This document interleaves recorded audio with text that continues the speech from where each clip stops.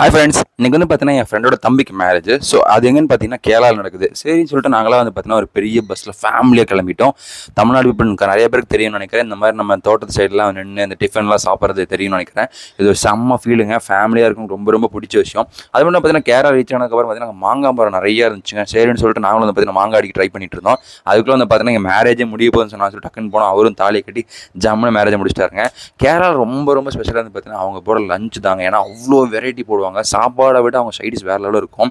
பார்த்தீங்கன்னா வந்து அவியல், பொரியல், துவையல், அதுக்கப்புறம் பார்த்தீங்கன்னா மசால் கிழங்கு, அப்புறம் இந்த அச்சாரம், ஊறுகாய், அப்புறம் இந்த இஞ்சி புளி எல்லாம் டேஸ்ட்டு வேறு லெவலில் இருந்துச்சுங்க. ரொம்ப பிடிச்சிருந்துச்சு. உங்களுக்கு யாராவது பிடிக்கும் மறக்காமல் கமெண்ட்டை சொல்லுங்கள். அதுக்கப்புறம் பார்த்தீங்கன்னா தண்ணி வந்து பார்த்தீங்கன்னா பிங்க் கலர் வச்சுருந்தாங்க. ஏன்னே தெரில. பட் ஆனால் வந்து குடிக்கும்போது நார்மல் தண்ணி மாதிரி இருந்துச்சு.